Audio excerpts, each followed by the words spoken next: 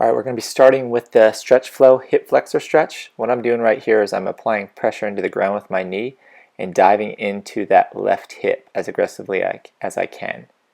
And I'm going into a half pigeon where I'm sliding my heel out in front of me. And if you want more of a stretch here, you bring your heel further away from your hip. If you want less of a stretch, like I'm showing right here, you'll bring it closer to your hip. And I'm diving over top of my leg so I can put some body weight into my hip and into my glute.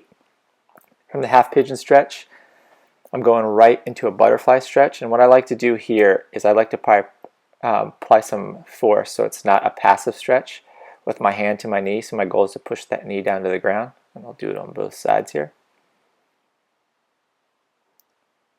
There we go, and then I'll go into a classic butterfly stretch where I lean forward, get my weight shifted forward to stretch out those hips a little bit. Then we're going into a full pigeon. This is a tough stretch. You want your ankle up on your knee and your knee down on your other ankle, and you're going to lean over top of your hips. And I like to play around in this movement just to stretch out my hip flexors. If you can't get your knee down to your foot, don't worry about it. Just try to work it down as much as you can. Then we're going into an armchair chillin' stretch right here.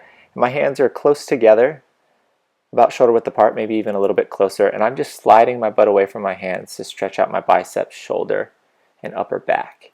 And again, I'm lifting up through the chest and rotating my shoulders back when I do that.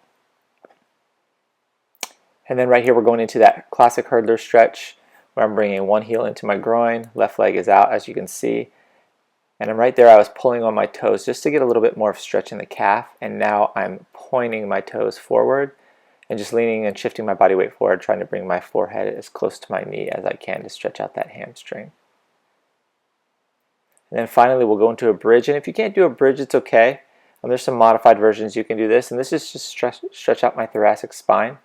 You can also just lay over top of a foam roll to help kind of loosen it up and stretch it out a little bit if you have a hard time getting into a bridge.